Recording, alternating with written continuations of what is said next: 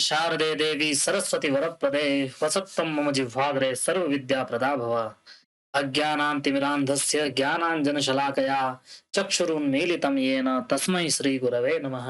अखण्डं सच्चिदानन्दम् अवाङ्मनसु गोचरम् आत्मानमखिलाधारम् आश्रये भीष्टसिद्धये। अर्थतोऽप्यद्वयानन्द नतितद्वैत भानतः गुरुनाराध्य वेदांत सारं वक्ष्ये यथामतिः। वेदांत सार का प्रकरण चल रहा है। वेदांत सार के अंतर्गत उपदेश वाक्य को जाना था। उपदेश वाक्य क्या था? तत्त्वमसि। तत्त्वमसि इस वाक्य को जान करके वाक्यार्थ को जाना था। उसके बाद अनुभव वाक्यार्थ आ रहा है। क्या है अनुभव वाक्यार्थ? अहम ब्रह्मास्मि। तो जब यह अहम ब्रह्मास्मि के संदर्भ में कहा है कि गुरु अध्यारोप अपवाद न्याय से शिष्य को उपदेश वाक्य का अखंडार्थ प्रतिपादित करते हुए उसके अंदर अहम ब्रह्मास्मि इस अखंडाकार कारित चित्त वृत्ति का उदय करता है। अब प्रसंग यह आया कि चित्त वृत्ति का जब उदय होगा तो चित्त वृत्ति के उदय का प्रसंग थोड़ा सा ठीक नहीं लगता, क्योंकि उसमें द्वैत भावना हो जाती है। कहा कि यदि उसको ब्रह्म का ज्ञान हो गया तो उसका वास्तविक स्वरूप का उसी समय नाश हो जाना चाहिए, उसके लिए समस्त संसार का उसी समय नाश हो जाना चाहिए, लेकिन ऐसा होता नहीं है। तो समझा रहे हैं कि चित्त वृत्ति के उदय का क्या तात्पर्य है। तो पहला ये कहा गया कि चित्त वृत्ति का उदय में जो अज्ञान है, पहले अज्ञान का नाश हुआ, फिर उसका वह अज्ञान अपने प्रतिबिंब सहित नष्ट हो जाता है। अर्थात जिस प्रकार से जल में पड़ने वाले प्रतिबिंब का मूल है वास्तविक आकाश, जब वास्तविक आकाश को जल का आश्रय मिलता है तब जाकर के उस जल पर प्रतिबिंब पड़ता है आकाश का। और जब आकाश का प्रतिबिंब पड़ता है तो जल हुआ अज्ञान, प्रतिबिंब हुआ अज्ञानोपहित चैतन्य, और मूल आकाश हुआ शुद्ध आकाश। तो जब अज्ञान नष्ट हो गया, अर्थात जब जल ही नष्ट हो गया, तो उसमें आश्रय बनकर रहने वाला जो प्रतिबिंब है, ऐसा जो चैतन्य है, वह भी समाप्त हो जाएगा। दृष्टांत किसका दिया था? एक तो दीपक और सूर्य का दिया था, एक दर्पण का दिया था। दर्पण का दृष्टांत दिया था कि जिस प्रकार दर्पण के नष्ट हो जाने पर मुख मात्र बच जाता है, मुख का प्रतिबिंब नष्ट हो जाता है, उसी प्रकार से जो प्रतिबिंब है अज्ञानोपहित आकाश, तो अज्ञानोपहित चैतन्य, वह चैतन्य वास्तविक चैतन्य को अभिभूत नहीं करने के कारण अज्ञान के नाश से उसका भी नाश हो जाता है। यही तात्पर्य था।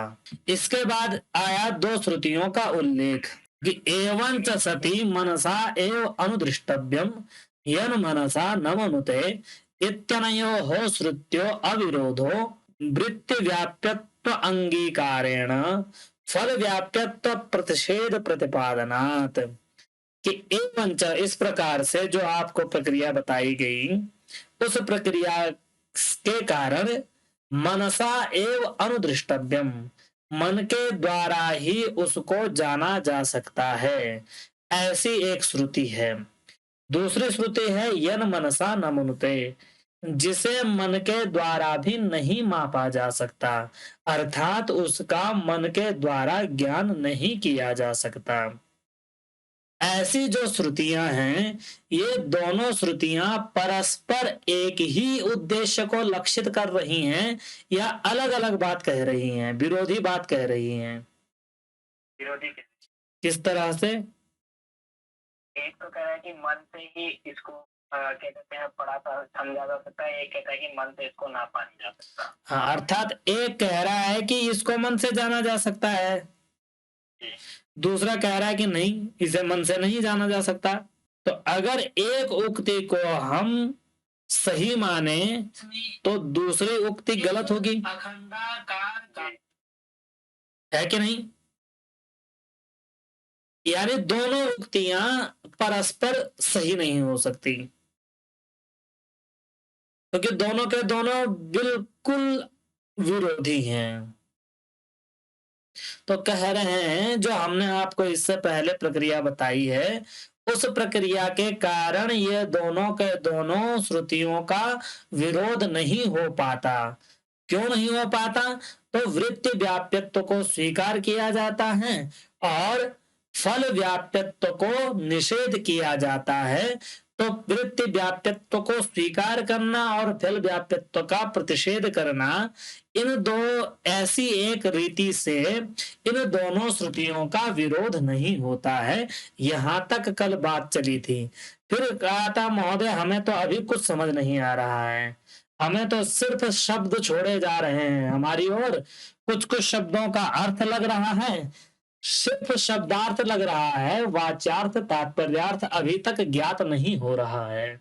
तो हमारा प्रश्न यह है कि ये वृत्ति व्याप्यत्व क्या है और फल व्याप्यत्व क्या है, हम यह जान सके कि वृत्ति व्याप्यत्व के करने वृत्ति व्याप्यत्व को स्वीकार करने और फल व्याप्यत्व को निषेध करने से इन दोनों श्रुतियों का विरोध नहीं रह जाता है और दोनों श्रुतियां चरितार्थ होती हैं। यह जानने के लिए वृत्ति व्याप्यत्व और फल व्याप्यत्व को जानना पड़ेगा। ठीक है, तो अब वृत्ति व्याप्यत्व क्या है और फल व्याप्यत्व क्या है, इसका प्रसंग देखते हैं।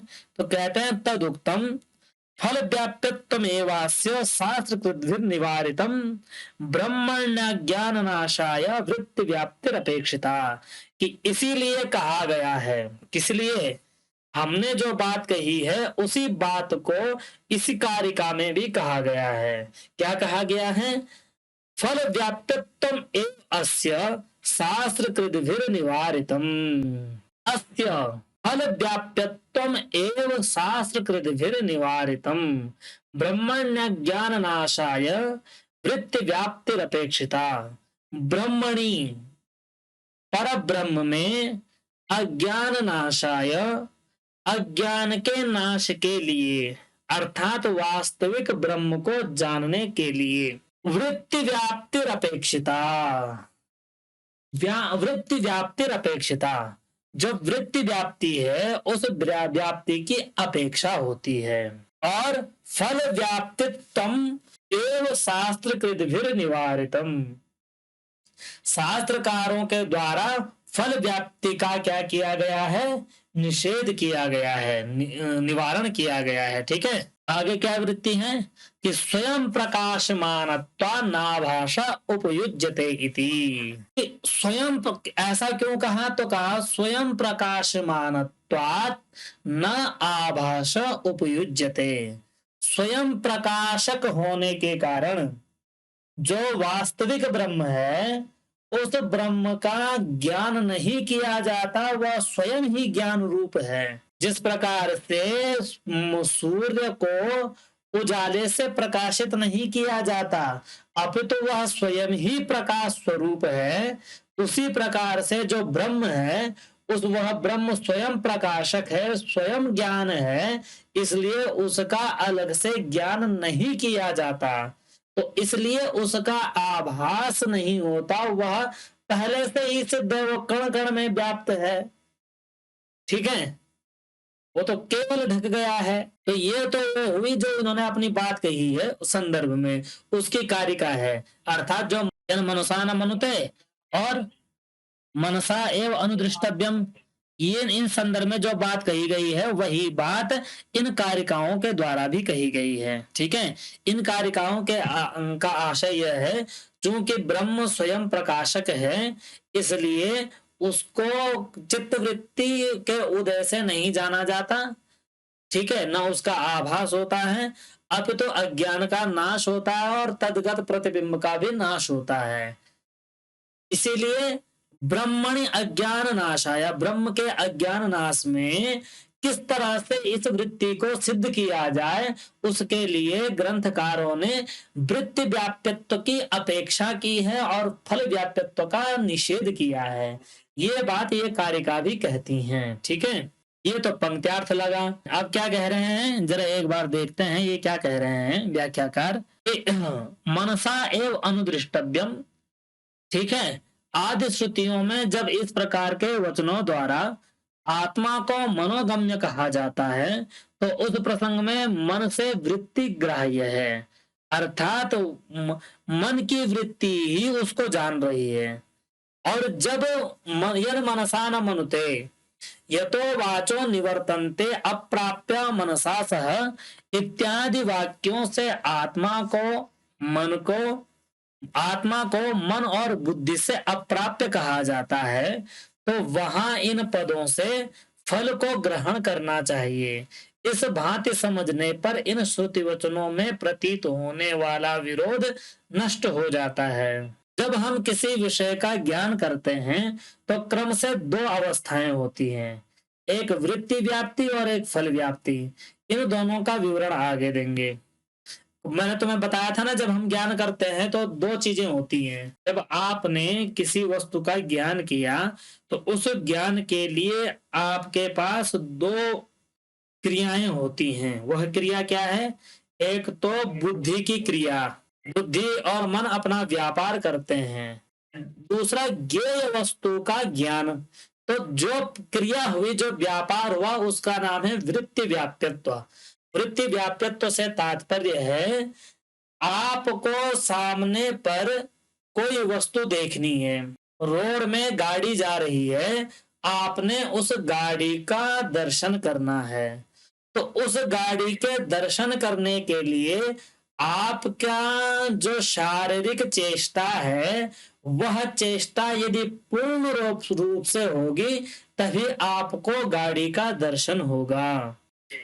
तो अर्थात वो जो प्रक्रिया चाहिए वो पूरी प्रक्रिया होनी आवश्यक है। इसी का नाम है वृत्ति व्याप्यत्व, जितना मुझे समझ आ रहा है। ठीक है।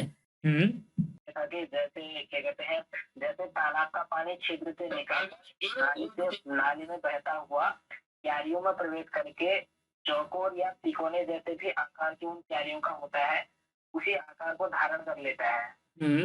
उस प्रकार तेजस अंतःकरण भी चक्षु आदि इंद्रियों के द्वार से घटादि विषय के स्थान पर जाकर उन्हीं के आकार में परिणत हो जाता है। यही परिणाम वृत्ति कहलाता है। ठीक ठीक, वही समझा रहा हूँ तुझे। अभी मैंने उदाहरण दिया ना कि गाड़ी को देखना है आपने, तो गाड़ी के दर्शन के लिए एक प्रक्रिया आवश्यक है या नहीं है? उसी प्रक्रिया का नाम है वृत्ति। वृत्ति यानी व्यापार। उस व्यापार में व्याप्ति होनी आवश्यक है। व्याप्ति का मतलब है पूरा होना। तो पूरा यदि होगा तभी जाकर के आपको गाड़ी का दर्शन लब्ध होगा। यदि आपने पूरी प्रक्रिया नहीं की, केवल मन से चेष्टा की, आंख खोली ही नहीं, तो आपको गाड़ी का दर्शन नहीं होगा। यदि आंख खोल भी ली लेकिन जहां से गाड़ी दिखनी है उस स्थल पर नहीं गए तो भी आपको गाड़ी का दर्शन नहीं होगा। तो पूरी जो प्रक्रिया है वो वृत्ति है और उस वृत्ति में व्याप्ति होनी जरूरी है। तो उसको ये हुई वृत्ति व्याप्ति। दूसरा है फल व्याप्ति। फल होता है आपका ज्ञेय। अब फल व्याप्ति फल हुआ जिसका ज्ञान आपने करना है। फल किसे कहेंगे? जिसका आपने ज्ञान करना है। ठीक है ना, वह क्या हुआ? वह फल कहलाया। अब हमें वर्तमान उदाहरण में किसका ज्ञान करना है? अरे वर्तमान जो मैंने लौकिक उदाहरण दिया है, गाड़ी का करना है, तो वो गाड़ी हुआ हमारा फल। गाड़ी क्या हुआ? फल हुआ। तो उस फल में भी व्याप्ति होनी आवश्यक है। यदि आप उस फल में व्याप्ति नहीं करेंगे तो आपको ज्ञान नहीं होगा।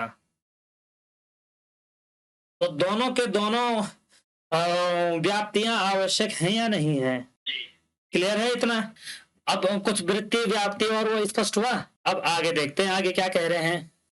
कह रहे हैं कि वस्तुतः मन से अनुदृष्टव्यम और यद मनसा न मनुते, इन श्रुति स्मृतियों में कोई विरोध नहीं है, क्योंकि अंतःकरण वृत्ति प्रतिबिंबित चिदाभास के द्वारा अज्ञानावच्छिन्न चैतन्य के अज्ञान आवरण निवृत्ति पूर्वक स्वरूप ज्ञान हो जाता है। पहला क्या समझे कि अंतःकरण वृत्ति प्रतिबिंबित चिदाभास के द्वारा अज्ञानावच्छिन्न चैतन्य के अज्ञानावरण निवृत्ति पूर्वक स्वरूप ज्ञान होता है तथा स्वयं प्रकाश लीन परब्रह्म किसी अन्य के द्वारा प्रकाशित नहीं हो सकता, तो मन वाणी और बुद्धि से परे है। घट आदि जड़ पदार्थों को देखने के लिए नेत्र और दीपक दोनों अपेक्षित हैं तथा दीपक देखने के लिए केवल नेत्र अपेक्षित हैं। घट आदि को देखने के लिए दीपक और चक्षु दोनों अपेक्षित हैं, लेकिन दीपक को देखने की, यहाँ दीपक मत समझो, दीपक से तुम्हें दिक्कत होगी, दीपक की जगह पे सूर्य समझो, सूर्य समझो, ठीक है ना। कि जितने भी वस्तुएं हैं उनको देखने के लिए आपको सूर्य की आवश्यकता होती है, प्रकाश की आवश्यकता होती है। लेकिन अगर तुम्हें सूर्य देखना हो तो उसके लिए किसी और की आवश्यकता है क्या? नहीं है ना। तो ये चीज कह रहे हैं, ठीक है। उसी प्रकार अज्ञानावच्छिन्न जीव चैतन्यगत अज्ञान को दूर करके चैतन्य ब्रह्म मात्र अवशेष रखने के लिए तद आकारित ब्रह्म आकाराकारित चित्त वृत्ति और तदगत चिदाभास अपेक्षित है। और जब अज्ञान के आवरण के दूर हो जाने से, ब्रह्म ज्ञान हो जाने से स्वयं प्रकाशमान जो चैतन्य है वही शेष रह जाता है, तब उसे कौन प्रकाशित कर सकता है? क्या समझ में आया? जो हमारा फल होता है, जिसको पाना होता है, जो शुद्ध चैतन्य, जो चैतन्य है, जो अज्ञान नष्ट होने से जो चैतन्य नष्ट हो जाता है, ये बात एकमात्र शुद्ध चैतन्य ही कर जाता है और वो स्वयं में प्रकाशमान है, उसको कोई प्रकाशित नहीं कर सकता। देखो, जो कह रहे हैं उसको समझने का प्रयास करते हैं। यहाँ पर तीन चीजें बताई इन्होंने। पहला बताया प्रकाश, दूसरा बताया प्रकाश्य जिसको देखना है, तीसरा बताया देखने वाला जो नेत्रधारी है, ठीक है। तो हमारे पास वर्तमान में भी तीन चीजें हैं, एक है अज्ञान, एक है अज्ञानोपहित चैतन्य और एक है शुद्ध चैतन्य। शुद्ध चैतन्य सूर्य है और अज्ञानोपहित चैतन्य जीव है। दोबारा बताओ, दोबारा क्या कहा मैंने? ये हो गया अज्ञानोपहित चैतन्य जीव हो, हाँ, चलो अब थोड़ा सा क्लिष्ट है। सूर्य है, वस्तु है और दर्शक है। वर्तमान में हमारे पास भी वैसे तो बहुत ज्यादा दिक्कतें हो रही है, लेकिन तीन हम भी लगाने का प्रयास करते हैं क्योंकि दृष्टांत के समान ही हमें चलना है। अज्ञान है, अज्ञानोपहित चैतन्य है और शुद्ध चैतन्य है। सूर्य का की तुलना की है किससे? शुद्ध चैतन्य से, ठीक है। और शुद्ध चैतन्य हो गया हमारा सूर्य। वस्तु कौन होगा? अज्ञान, अज्ञान। और दर्शक कौन हो गया? अज्ञानोपहित चैतन्य। ठीक जा रहे हैं हम क्या? देखने वाला, हाँ, यहाँ पे एक प्रकाश हो गया, एक देखने वाला। कह रहे हैं कि अंतःकरण वृत्ति प्रतिबिंबित चिदाभास के द्वारा अंतःकरण की जो वृत्ति है, व्यापार, उस व्यापार से प्रतिबिंबित अर्थात चिदाभास के द्वारा अज्ञानावच्छिन्न चैतन्य के अज्ञानावरण निवृत्ति पूर्वक स्वरूप ज्ञान हो जाता है। दूसरा है कि स्वयं प्रकाश शील परब्रह्म किसी अन्य के द्वारा प्रकाशित नहीं हो सकता, वह तो वाणी, मन और बुद्धि से परे है। घट आदि जड़ पदार्थों को देखने के लिए नेत्र और दीपक दोनों अपेक्षित हैं तथा दीपक देखने के लिए केवल नेत्र अपेक्षित है। उसी प्रकार से अज्ञानावच्छिन्न जीव चैतन्यगत अज्ञान को, अज्ञानावच्छिन्न जीव चैतन्यगत अज्ञान को दूर करके चैतन्य ब्रह्म मात्र अवशेष रखने के लिए तदाकारित चित्त वृत्ति और तदगत चिदाभास अपेक्षित हैं। और जब अज्ञान के आवरण के दूर हो जाने से, ब्रह्म ज्ञान हो जाने से स्वयं प्रकाशमान चैतन्य अवशिष्ट रह जाता है, तब उसे प्रकाशित कौन कर सकता है। पंचदशी में इस सबका अत्यंत विशद वर्णन है। ऊपर वर्णित चैतन्याकाराकारित चित्त वृत्ति उदित होकर जीवगत अज्ञान को दूर करती है और स्वयं भी इस प्रकार नष्ट हो जाती है, जैसे अरणिगत अग्नि उत्पन्न होकर अरणि को नष्ट करके स्वयं भी नष्ट हो जाती है। ततः चैतन्य का प्रतिबिंब रूप चैतन्याभास रह जाता है, वह भी शुद्ध चैतन्य स्वयं प्रकाश का अंश होने से उसी में विलीन हो जाता है।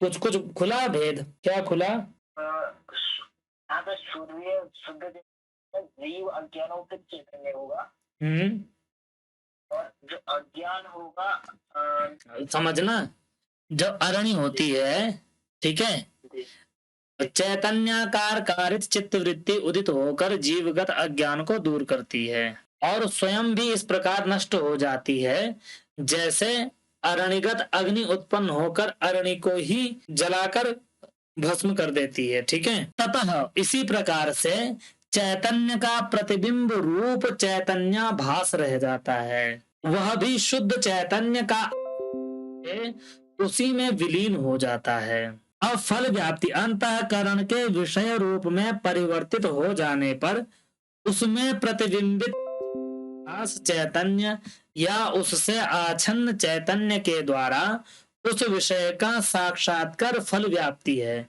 अर्थात ज्ञेय की प्राप्ति फल व्याप्ति है, ठीक है। तो इसके विषय में लिखते हैं, बाह्येन्द्रिय सन्निकर्ष निकृष्टार्थाकार बाह्यधी परिणाभाव छिन्न चिदंश कृत प्राकट्याश्रयत्वं फल व्याप्यत्वम्। अंतःकरण के चक्षु आदि द्वारा घटादि विषय देश में जाकर तदाकार में परिवर्तित होने को वृत्ति कहते हैं। वेदांत परिभाषा के अनुसार यथा तड़ागोदकम छिद्रान निर्गत्य कुलात्माना केदारान प्रविश्य तद्वद एव चतुष्कोणम त्रिकोणम भवति तथा तेजस अंतःकरणमपि चक्षुरादि द्वारा घटादि विषय देशम गत्वा घटादि विषय कारण पूर्णमिते स एव परिमाणो वृत्तिरुच्यते। उसी का हिंदी अर्थ है वो जो तुमने बोला है ना। ये क्या वही इन्होंने थोड़ा दार्शनिक तरीके से समझाया, मैंने सामान्य तरीके से समझाया है। यानी देखो, जब तुम किसी वस्तु को देखते हो ना, तो आपकी बुद्धि उसी का आकार ग्रहण करती है, यानी पुस्तक की छाया तुम्हारे मन में अंकित होती है। तो वो जो अंकित होना है ना, उसी का नाम पूरा का पूरा व्यापार है, वही वृत्ति है। जब तक वो वृत्ति पूरी नहीं होगी तब तक ज्ञान नहीं होगा। तो ये मैंने दोनों चीजें समझा दी हैं। अभी तक कुछ पता नहीं चल पा रहा है ये कर क्या रहे हैं, तुम्हें पता लग रहा है? भी कुछ पता नहीं लग रहा है अभी तक। इसमें एक दो श्रुतियां और दी हैं। दृश्यते तवातया बुद्धिया सूक्ष्मतया सूक्ष्म दर्शति, ये कठोपनिषद की वो है। इत्यादि वाक्यों से आत्मा को मनोगम्य या बुद्धिगम्य कहा जाता है। नहीं, कुछ कुछ मेरे को समझ में तो आ रहा है, लेकिन वो होता ना, यहाँ पर मन और बुद्धि वृत्ति को ग्रहण करना चाहिए। पहले इस प्रसंग को पूरा कर लेते हैं, आएगा पूरा समझ में, ऐसा नहीं है कि नहीं आएगा, आएगा। के विषय में लिखी हुई है ये सूक्तियां ना, किसी के इन दोनों के विषय में लिखी है, मन सेवानुद्रष्टव्यम और वो दूसरी सूक्ति के मनते के।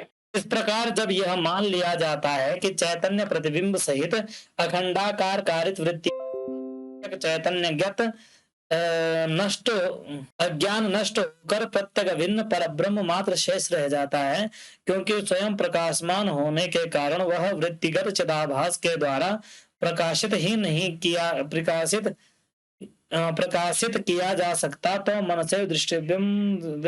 इसमें भी वही लिखा हुआ है जो आपने बता दिया हुआ। 2 सेकंड रुक जा। देखो, ये कह रहे हैं कि जो 2 श्रुतियां है ना, उनमें तात्पर्य भेद है, इसलिए वो विरोधी नहीं है। क्योंकि तात्पर्य भेद होने के कारण अपने अपने अर्थ में चरितार्थ हैं। जो पहले के पहले वो है जिसमें ये कहते हैं कि मन के द्वारा ही उसको देखा जाता है, वह ये है अज्ञान के नाश के प्रति। ब्रह्मण्य ज्ञान नाशाय वृत्ति व्याप्ति अपेक्षिता, वृत्तियों की व्याप्ति अपेक्षित है। तो वृत्तियों की व्याप्ति का तात्पर्य है कि मन के द्वारा, मन ही तो वृत्ति है, मन ही तो कारण है। तो जब अज्ञान का नाश करके उस परब्रह्म को दिखाना है, तो उस इस तात्पर्य में मनसा एव अनुदृष्टव्यम, यह श्रुति चरितार्थ है। ठीक है। और चूंकि वह जो परब्रह्म है वह स्वयं प्रकाशक है, उससे अर्थात जब मन की वृत्ति अज्ञान का नाश करती है तो वास्तविक दृश्य को जानती है। जब वास्तविकता भी नष्ट हो जाती है तो परब्रह्म मात्र बच जाता है। तो जब परब्रह्म मात्र बच जाता है तो क्या कोई वृत्ति की आवश्यकता है कि मैं हूं या नहीं हूं? नहीं। तो ऐसी स्थिति में यन मनसा न मनुते, यह श्रुति चरितार्थ होती है। तो जो कि अपने अपने विषय में दोनों के दोनों की चरितार्थता है, इसलिए दोनों में विरोध नहीं है। ये बात समझ आई? तो वो प्रक्रिया बताई गई थी कि चित्तवृत्ति रुदेति, चित्तवृत्ति का उदय होता है और वह चित्तवृत्ति भी नष्ट हो जाती है। क्यों? क्योंकि एकमात्र ब्रह्म ही बच जाता है। तो यही जो तुमका है कि ऐसी जो हमने प्रक्रिया बताई है, ऐसी प्रक्रिया के कारण ही शास्त्रों में जो ब्रह्म विषयक श्रुतियां हैं जो कहती हैं कि वृत्ति के द्वारा जाना जाता है, मन के द्वारा ही उसे पाया जा सकता है, और दूसरा कहते अवांग मन से गोचरम नहीं पाया जाता। ये श्रुतियों का जो विरोध दिखाई पड़ता है वो तात्पर्य भेद से अविरोध हो जाता है। ठीक है। इसीलिए वहां चित्त वृत्ति रुदेति ये आचार्य ने कहा, क्योंकि जब कहा तो तभी प्रश्न होगा, और जब प्रश्न होगा तो समाधान मिलेगा, और जब समाधान मिलेगा तो उस समाधान का ज्ञान अन्य जगह भी चरितार्थ हो जाएगा। अन्यथा गुरु सीधे कह देते कि सिर्फ एक तो हो जाता है। इतना ही रखें? चलो इतना ही रखते हैं। ठीक है। चलो ठीक है फिर। हाँ, प्रणाम प्रणाम। शुभ रात्रि। शुभ रात्रि।